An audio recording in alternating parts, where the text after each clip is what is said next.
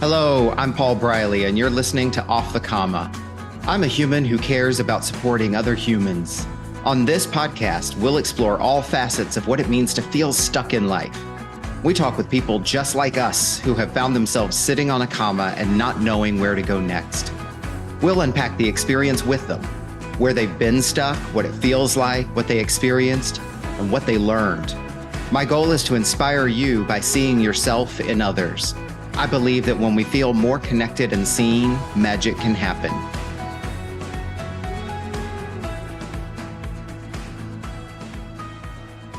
And we are back with another awesome episode and another awesome story. I am interviewing a very long-term friend of mine, long time. We generally say old friend, and I think we're at that point where we don't want to use that word. but this is Kris has been a friend of mine for many, many years. We've known each other in a variety of different circles and capacities, and we've lived in the same town before, and now we live in separate towns and separate states, and yet she's back in the same town again for other business. And so I was very happy to have kind of captured you, Kris, and have you on the podcast. So I'm going to stop rambling now, and I'm going to turn it over to you to tell us a little bit about yourself. Kris, start with how would you like to be known, and then tell us a little bit about yourself. Wow. Thank you so much, Paul. It's really a pleasure to be here and to have this opportunity after all these years, friends and colleagues, supporting each other over multiple decades now. It's that this is really a joy for me. The thought I had about how do I want to be known? That's such a great question. And the words I wrote down were lively, because I'm definitely lively. Sometimes I'm not, but I am truly an extrovert. So I'm pretty lively. I'm also in the category of a highly sensitive person. As you might know, 20% of the adult population categorized as highly sensitive. Mm-hmm. And that means that you are just paying attention to a lot, and you are sensitive to stimuli. So I'm very lively. I'm highly sensitive, and I'm extroverted. So that's all within that first word, Paul. And so how do I want people to know me? I talk a lot. Okay. Anyway, so I'm lively. I'm inquisitive. I love to learn. And I love to teach. And I believe that I've been in a constant cycle for my whole life of learning and teaching. So it's a beautiful cycle in which I put myself always in the perspective of the learner, and then alternately in the perspective of helping others to learn, and really working with other adults, professionals that are, adjusting their life, promoting their life. So I've done a lot of training. I'm very inquisitive myself, but I love the whole cycle of learning. And then compassionate. I'm a very compassionate person. That's my third descriptor for today. I have deep compassion for I don't know, any living thing, especially us humans. I also love dogs, so that's another. Well, it seems like, your adjectives, I mean, you can see how they're all interrelated, right? Compassionate, which leads to, the sensitivity, which leads to compassion, which leads to being curious about others. Definitely this kind of outward focus. And that is also what I know about you in my own experience with you as well. Mm-hmm. Yeah. Nice. Yeah. It's all connected. It's interesting when you have these opportunities to share how very consistent these elements of your personality can be. So that's how I describe myself, as lively, inquisitive, and compassionate. Nice. Thank you. Yes. And I definitely see all these things in you and known those in you.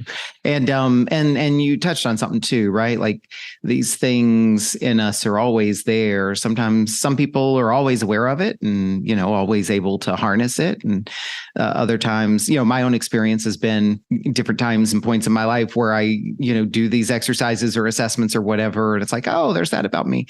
But then I find journals from when I was in my 20s or what have you. And I think before that, I think, oh, well, this is something new about myself or whatever. But then I find journals where I've written those exact same words about myself, when I was 21 or 22 or something like that. So it's always there, right? Yes, yes. We do stay consistent. Yeah. Kris, what would be your intention for this podcast today? What intention would you have for yourself in being here with us? Yes. So the off the comma idea, first of all, I've loved the concept of off the comma, and I find that to be actually a very compassionate approach to a very human experience that we all have Mm, about things that we want to accomplish in life.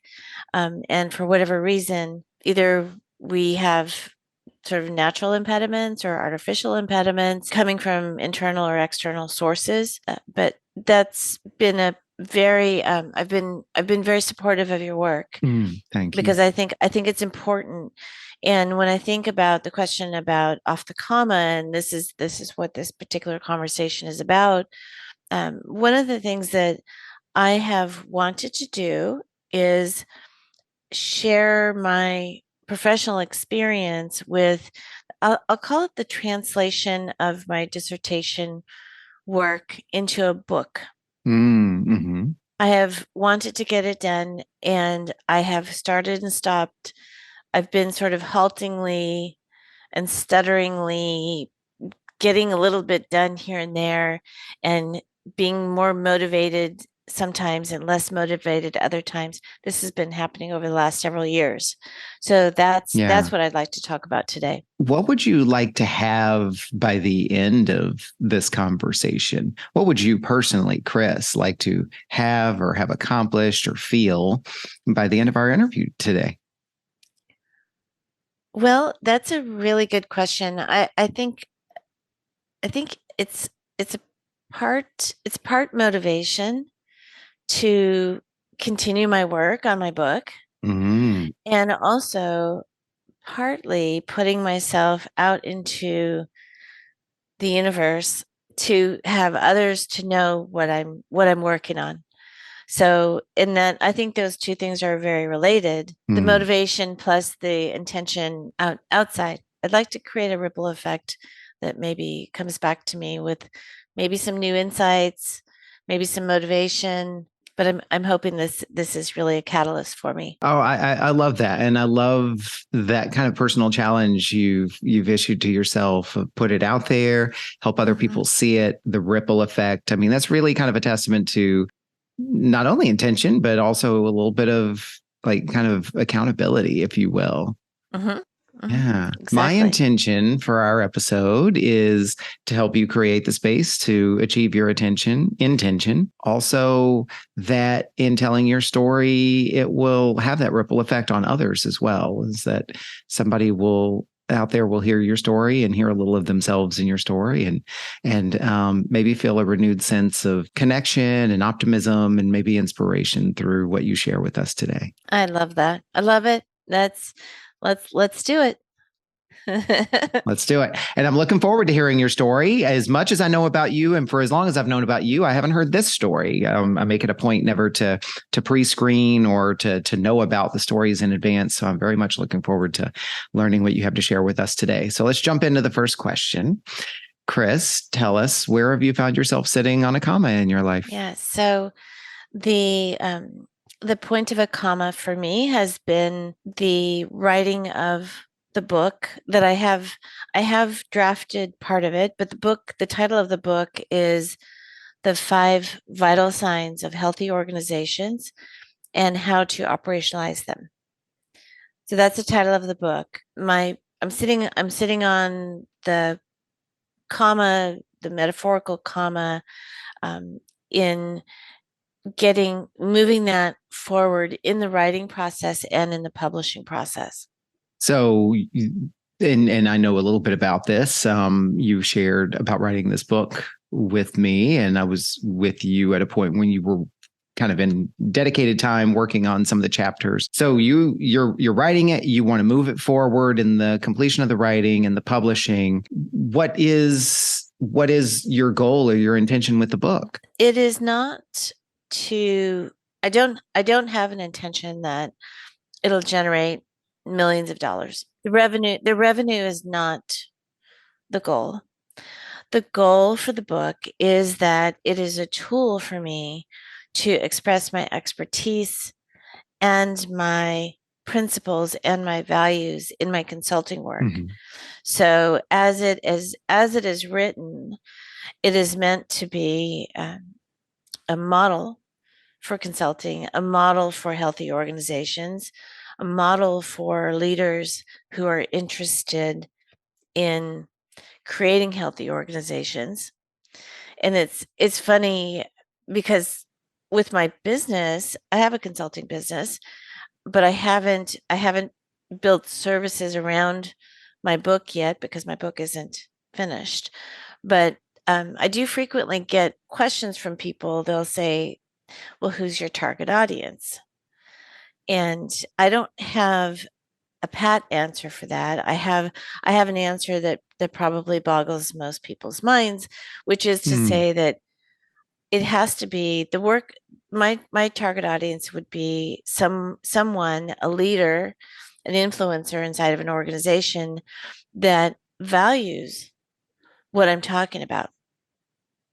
If they do not value what I'm talking about and they're not open to learning from me, then they're not going to be a customer, because there has to be alignment. They have to look they kind of have to look into my mind and my soul and Mhm. my work, my CV, my book, my website. They have to see who I am to understand the kind of person that I am. So there's an element of using the book for a tool so that people can really see what I believe in and what I can do in terms of both assessment of organizations and implementation for the purpose of creating healthy organizations in which the organization thrives and the human beings inside that organization also thrive. So, what I'm hearing is that this book is very personal for you, and that the content of this book really is kind of part of your story and represents you and your values in a significant way, and that it's not necessarily for everyone, and that you tell me where I'm misstating any of this. But also, I think the last thing that I'm hearing is that you care about who Mhm. uses it. I do very much so. Mm, mm, So it is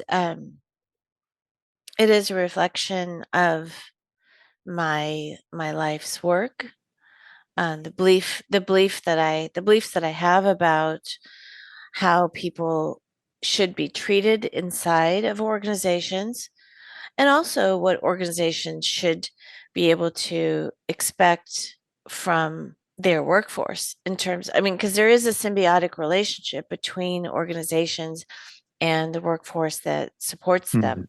So it is very personal. The book itself is a representation of my education, my experience, and really a model that represents something that is very easy to understand and to implement around. I mean, for every vital sign, there are implementation steps. So there's the metaphor itself is built on the human body, that an organization is similar to a human body with multiple systems that are interdependent systems. And this is human bodies are very much like organizations. Mm. Organizations have multiple subsystems that are interdependent with each other.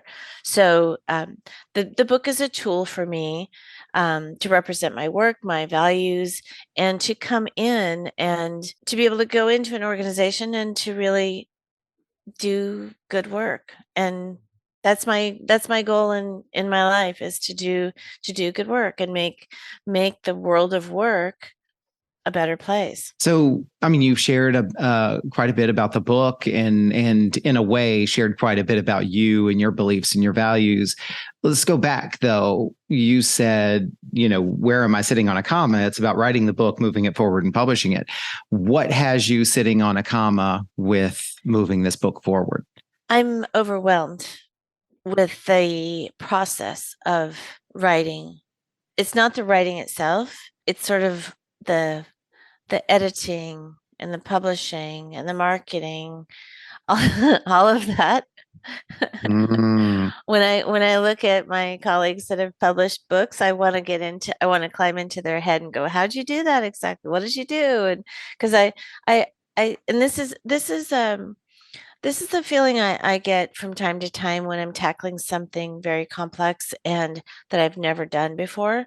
I will feel overwhelmed. This is not a new feeling, but I am feeling overwhelmed about it. Unpack that a little bit for us. What does overwhelmed mean for you? You've kind of shown us where you're overwhelmed, but I think this resonates with so many people, and hashtag me also. But what does being overwhelmed look like or feel like for you? What does it create for you? That kind of transitions us into the second question. So being overwhelmed will create a sense of there's a big piece of work to do out there and I don't know how to get started.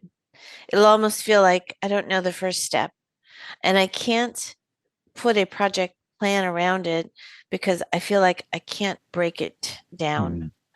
Mm. And I am by nature and by profession a project manager, and even this I'm having trouble project managing.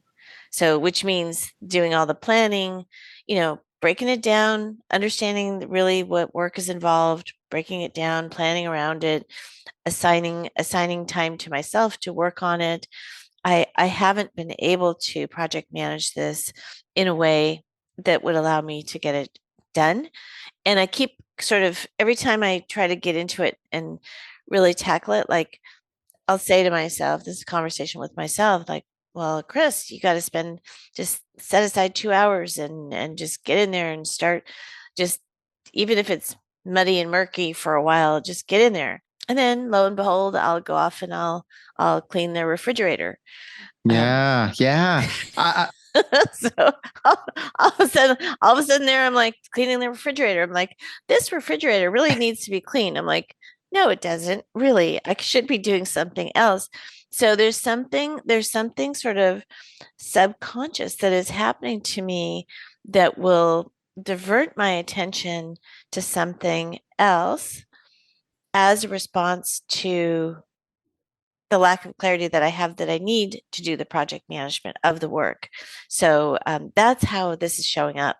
Yeah. Well, I have to acknowledge you for the fact that, well, first of all, for even sharing this, because it's not easy for people to admit that the very thing that they're trained, educated, experienced, credentialed in ends up being the thing that is either, challenging for them personally, or that they give less attention to in their own space, or whatever the case may be. It's kind of that old, some of these old different adages. I've heard things like, and these precede even our generation, the cobbler's kids have no shoes, or the dentist's kids have the worst teeth, or physician heal thyself, right? So to be able to admit that I am a project manager by trade, by profession, one of many things that you do, and yet it doesn't seem to work for me. That's something that so many of us can relate to. And you said you find yourself getting distracted. What do you notice about yourself in those moments when, like, 2 hours to work on the book, now refrigerator? I get mad at myself. I'm like, what? Yeah. And there's internal dialogue that's happening that is very critical. you know, what are you doing? You just wasted 2 hours. That's it's a, it's it's self-criticism at that point. Yeah. Well, and I don't want to diminish that or shove that aside. Can we park that self-criticism piece for just a second and come back to it? I actually want to go back in the timeline, because this is fascinating as I talk to more and more people, and I do this myself. So okay, we're already like, picture we're, fast forwarding, rewinding. You're at the self-criticism, but go backwards, go back to the point just before you decide to get out of your chair and go to the refrigerator. You're still at your table in your allotted time frame, and you're looking at the things, and you're just about to decide to go to the refrigerator. What's happening there? I think what is happening, and this is really happening fast in the brain. It's almost there's really very little conscious awareness. Mm-hmm. It may be something as simple as I'm going to go get a drink now. And then I'm going to get a bottle of water. And then, oh, I'm going to put one of these little crystal light things in there. And then I reach over and open up a little packet and put it in there.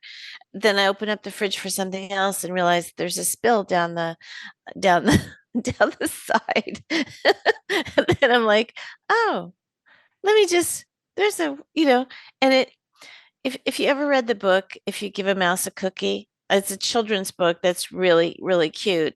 But it's if you give a mouse a cookie, this story is about give them the cookie, then they ask for a glass of milk, and then they need a napkin, and then they have to wash their face, and then they have to do this. It feels like that, where it'll be almost a very innocent distraction. Oh, I need some water. And that'll be what gets me out of my chair. And then suddenly I'm in the kitchen and suddenly I'm wiping down the inside of the refrigerator. Then It's so fascinating, right? Because what you're describing is the series of events where you are making choices and progressing in your action, which is here's what's so interesting is, and that's the thing you wanted to do with writing the book. So you're taking this action, but in a different place for a different reason. That's not what you had intended it for. It's fascinating, right? Because it's kind of evidence. It's evidence of our capability. Because you mentioned the critical voice kicking in, and it's not because you can't do it. Right, right. One method I do use that does help sometimes, I think part of what happens is the clarity of the next step. So for me, understanding, getting, even if it's a big task that I haven't done, to kind of understand it enough to break it down into small pieces. If I can understand that next small piece, then I can take my cell phone and I can set it for, I use the Pomodoro method, and I'll say 25 minutes, and I'm going to do 25 minutes on this task. And sure enough, I completely focus on that task because I have enough task clarity to do that particular small task. And that goes back to my desire to better project manage this. But if I can chunk tasks down into smaller pieces, then I can focus for 25 minutes at a time, multiple cycles of that. So that does work, but that is only when I've got clarity about the next steps.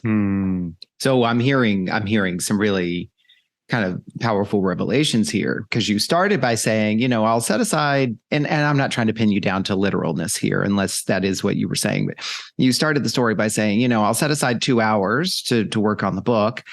And then I find myself in the refrigerator and I'm working on the refrigerator instead. You said the Pomodoro method works in these 25-minute sprints, which, without us giving a whole dissertation on the Pomodoro method, that's really what it is choose a set of time, 25 minutes, set a timer, work on it and see what happens. If you're still going, keep going. But if you're not, then do something else and come back for another 25 minutes, right? Right. So 25 minutes seems to work for you, you said, but then you said, as long as I have clarity of my next step. Say more about that, and say more about the role that that's playing in the writing of your book. Yeah. So this goes back, clarity for the next step goes back to a sense of ambiguity around the larger project. My ability to focus isn't, I'd say, 100%.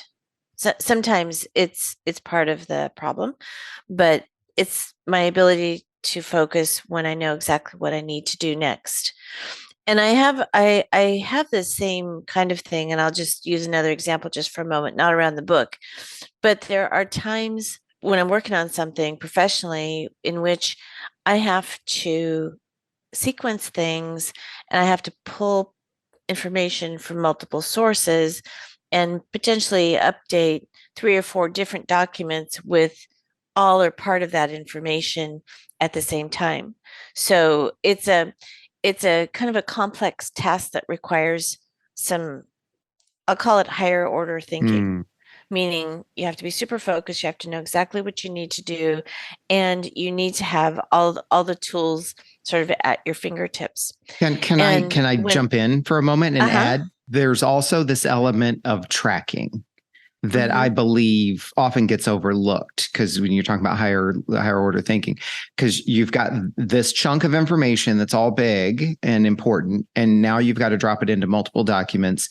And all of this, by the way, isn't something you're stopping and taking a moment to write it out on a checklist or anything. So there's tracking. Like, I've put it into this document. It needs to go in the other 3 documents. Have I finished doing with it or modifying it in the way that I need to in this document? How is that going to affect what I do in the other document?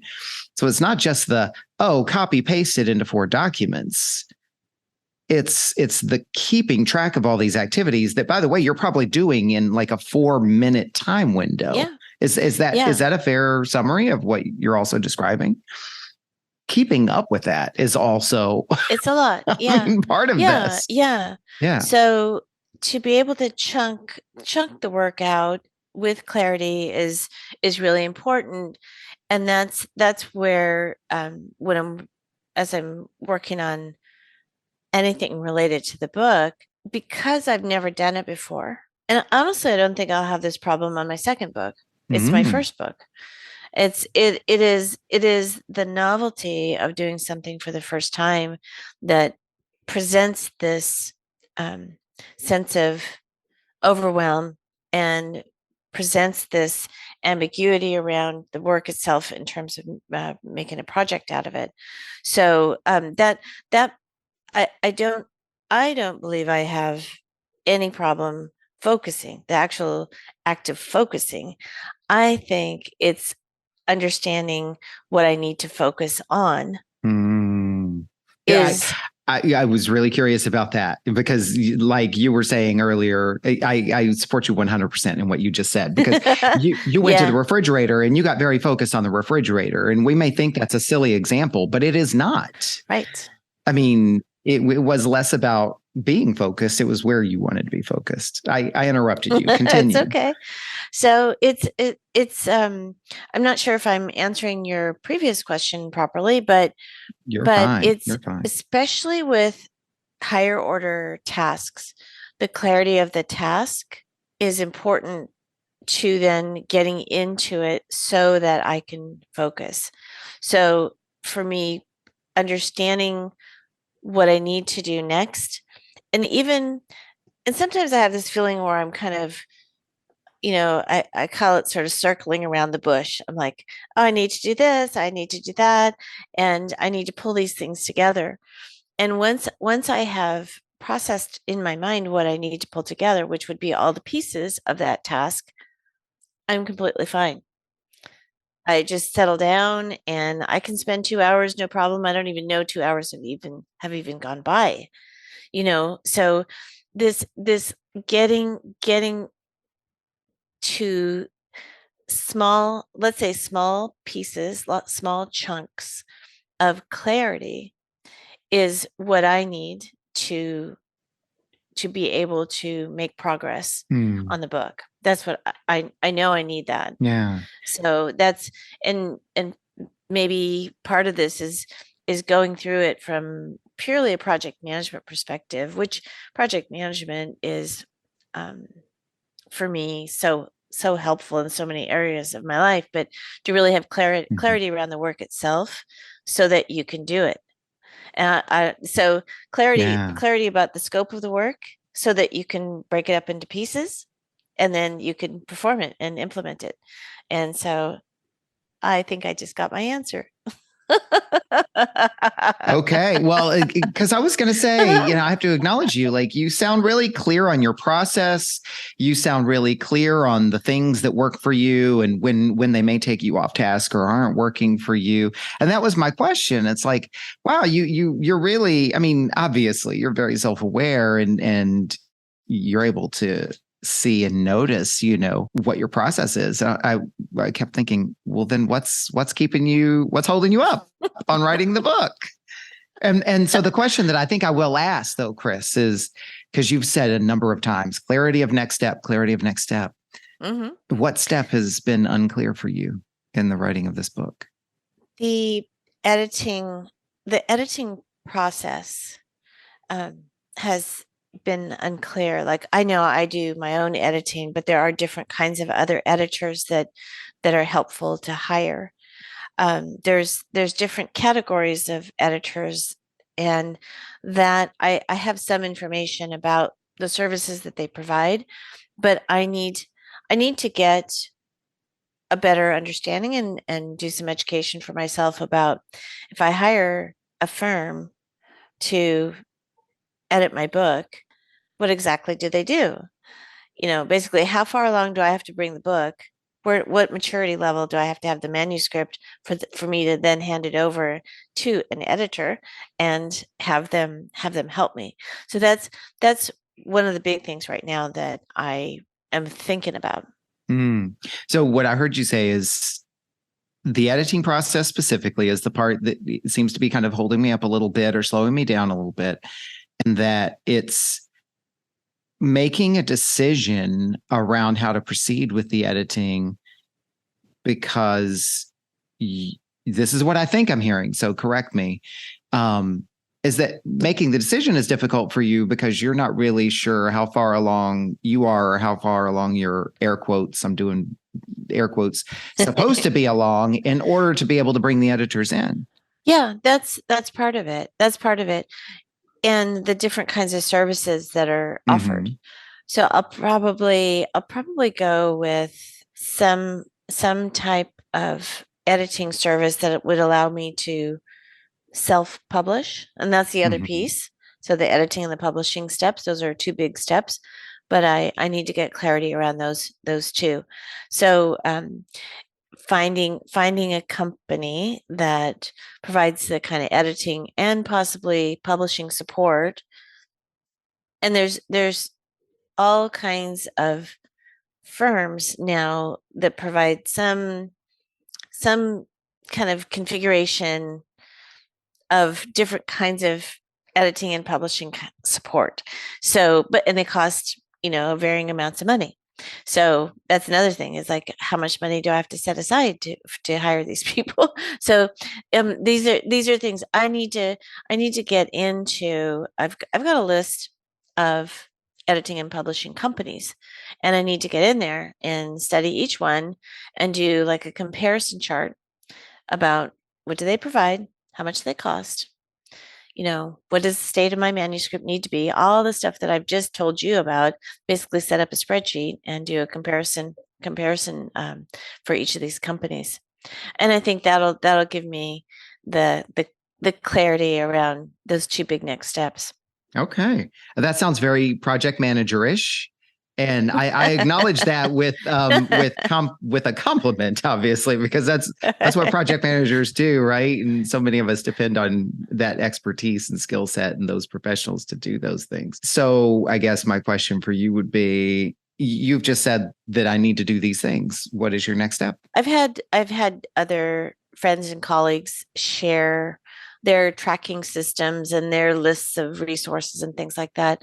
I need to pull all of that together. First of all, get all of my source documents organized, and then prepare something for me that is custom for me, my project. So something that would be a task list, project plan, and then also this comparison.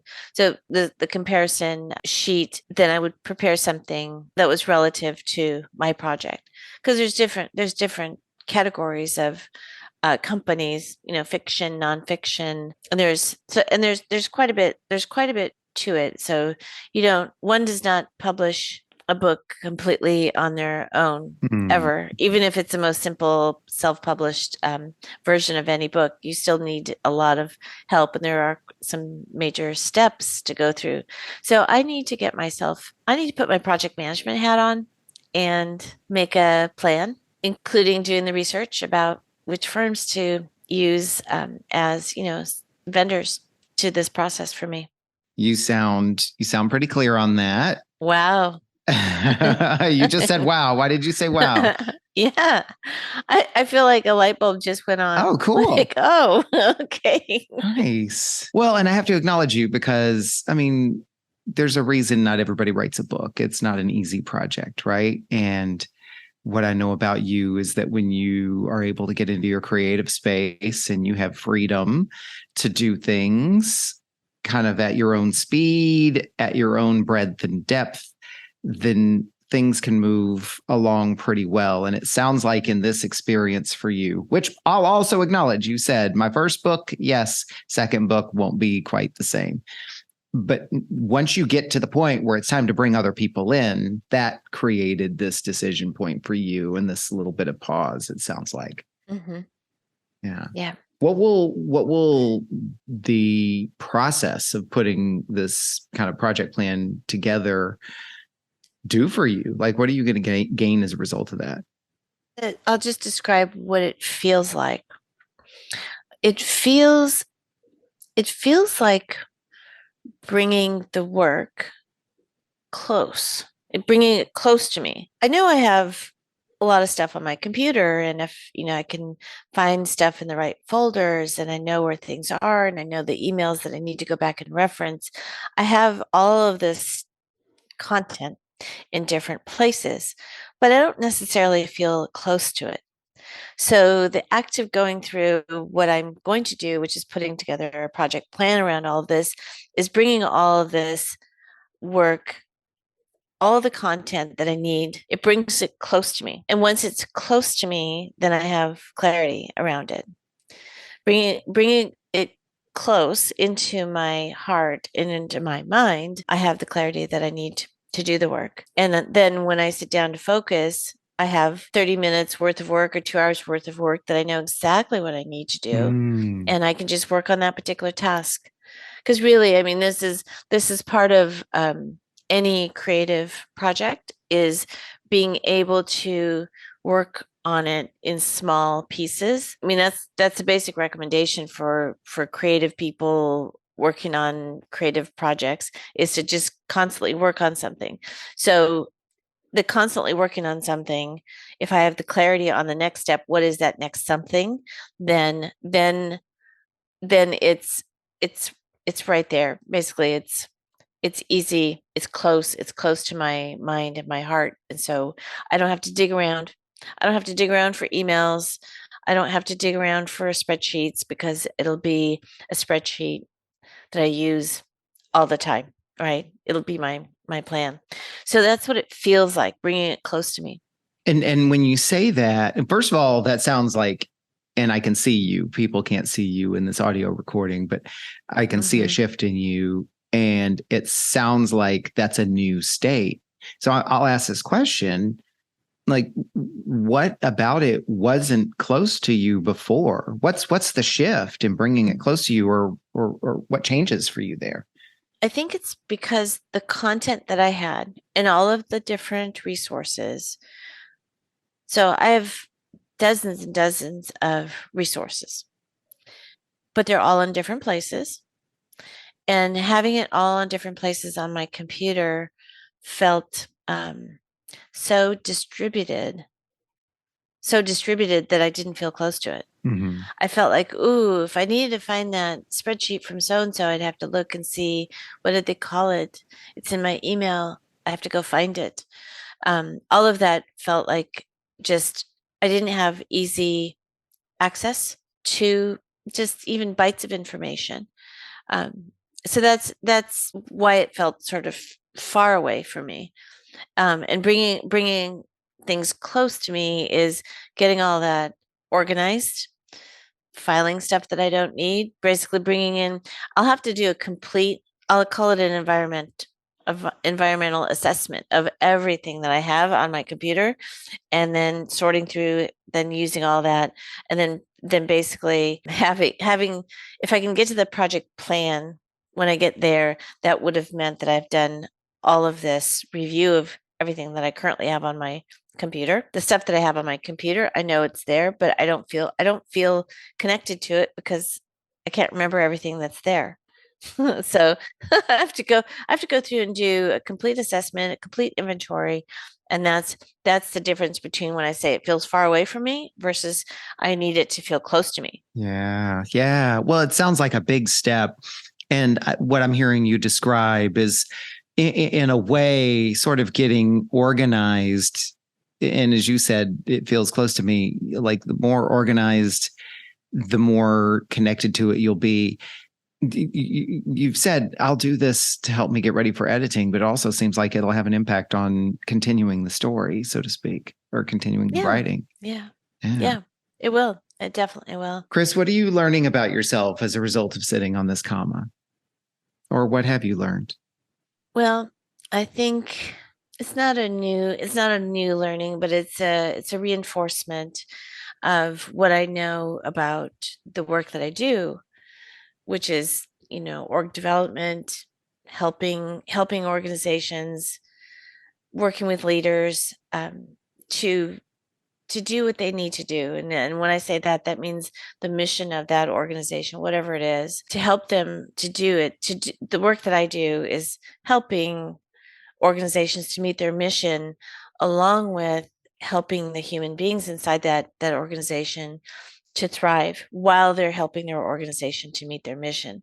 So I have a very balanced approach, that has never changed. That has never changed. So what's happening today for me is this reinforcement of my beliefs about healthy organizations, and the necessity for organizations to be healthy places to be, both from what they are committed to do, why they're there, their mission. They need to fulfill that. Mm-hmm.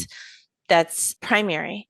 And then really in a very close second is the human beings that are within that organization. So I feel even more called to do this work Okay. than ever before. So that is really powerful. And so it sounds like this process that you're going through with this book, even though you've identified and called out some of the challenges, that it continues to reinforce the importance of the work and that it continues to pull you even more so than before. Yes, that is exactly right. Kris, what would you say has changed for you as a result of sitting on this comma, this process?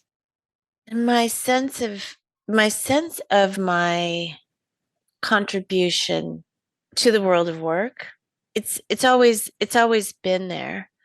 But what feels a little bit different now is, maybe a sense of urgency. Mm, Time is going by, and I want to get these ideas and these practices into the world. Some of them are, pretty, I'll say, accepted practices, and we all understand the importance of employee engagement. We all understand good leadership, team development. We understand a lot of these things.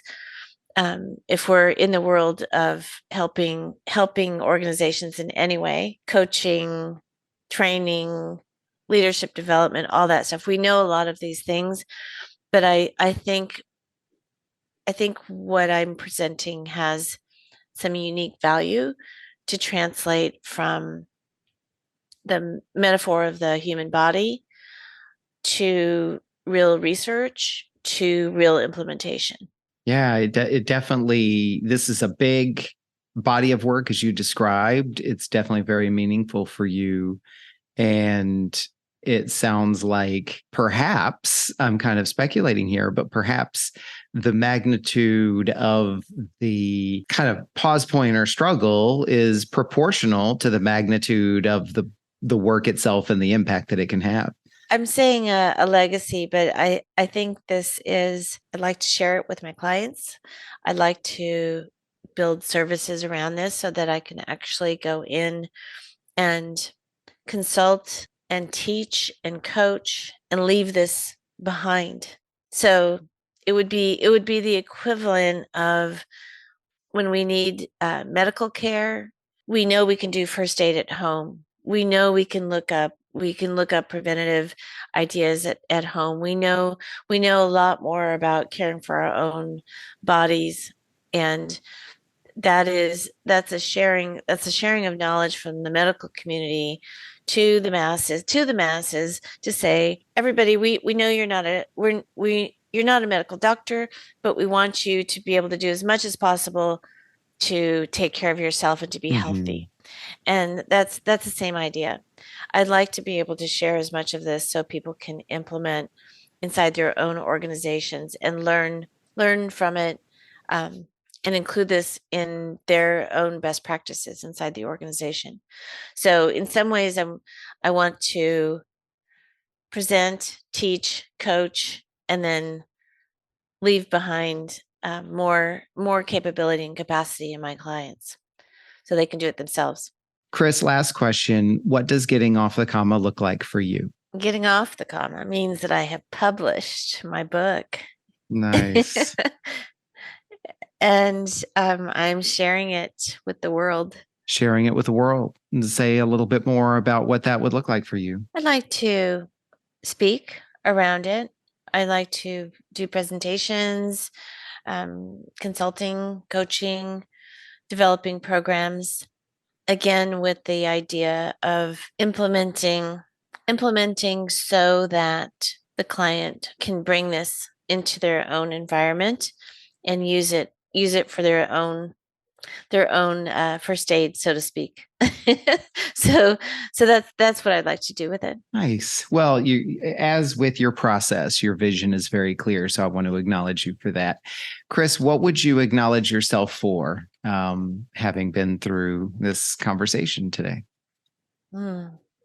Well, it's really been wonderful to talk about my book, my thinking, my philosophy about the world of work. It makes me happy to have an opportunity to share my ideas, and that's always gratifying because I've been doing org development work and training and meeting facilitation. All the work that is involved with org development. I've been doing it for many years, but it was really after I had a chance to have some higher education that I felt like I had the credentials to write something and the credibility to write something that would be really helpful. So I'm just really happy to have this opportunity to talk about it. And I hope people will keep an eye out. I Yeah. don't know, Amazon. I don't know. I don't know where it'll be, but I'll get that. That'll be part of my marketing plan when I get all that ready. So no, I'm just really looking forward to publishing it. And this has been really great for me to process. This conversation was helpful for the process for me. God, we appreciate you sharing that with us, and more to come, right? So stay tuned for where this goes next. On that note, then tell folks where they can find you. All right. Well, you can find me on my website, and there is a copy of the vital signs white paper there. So if anyone wants to know exactly what I'm talking about, it's there. I have a white paper that's a very short summary of what the book will be about. So take a look there. And I'm on LinkedIn, of course. Okay, awesome. And then I believe we're putting your email there as well. Is that correct? Yes. Yes, please. And yeah, so my email, my phone number, I'm open to just having a short conversation with anybody just to talk through if something's happening inside your organization. You want a thought partner. Absolutely happy to help. That's part of what I do is just give my initial thoughts about problems that are happening. And we live in a complex world, so we have new and different problems all the time that impact our organizations. And lastly, as I do with all of my guests, I, give you an opportunity to use your voice to add to the voices of others and acknowledge any individuals or creators or causes or organizations that are important to you. Who would you like to acknowledge or uplift today with us? All right. Well, thank you for that. So I have three people I'd like to mention.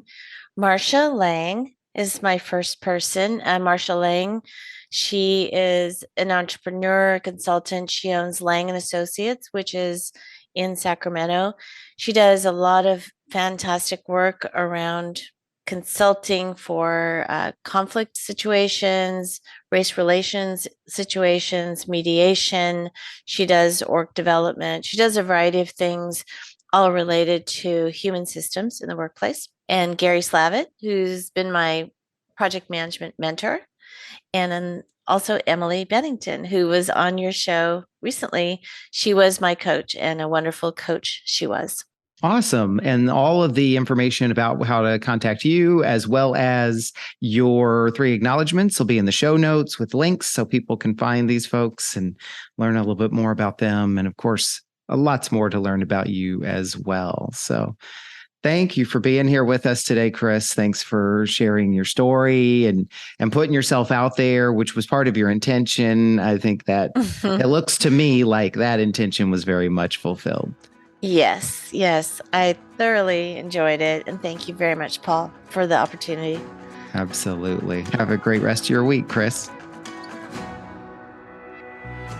What an honor it is to witness these stories from these amazing human beings, and today's guest was no exception. I invite you to think about what you learned from this conversation.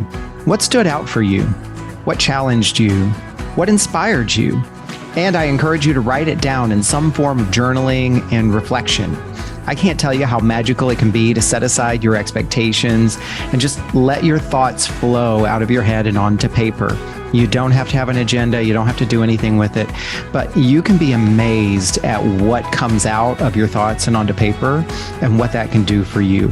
I know freestyle journaling has been a powerful practice in my life for a very long time. You just never know what you might discover about yourself. Thank you for listening to this episode of Off the Comma. Follow me on social media at Off the Comma, and also look for upcoming workshops and events at offthecomma.com, or better yet, go to offthecomma.com and sign up for my mailing list and let me bring the news directly to you. I am passionate about keeping this podcast ad-free so that we create a safe container for people to be able to tell their stories uninterrupted by commercials and promotions. I currently cover all the production costs, and I'm happy to continue doing so. And I'm also open to and appreciative of any donations that anyone would like to contribute. This is nothing more than to be able to support the podcast and cover some of the monthly editing and producing and equipment costs that are associated with this podcast. So look for the donations link in the podcast descriptions wherever you find this podcast. Be sure to like this episode, follow the podcast, and more importantly, spread the good word. If you were moved by today's conversation, pass it along to someone you care about. As always, keep noticing.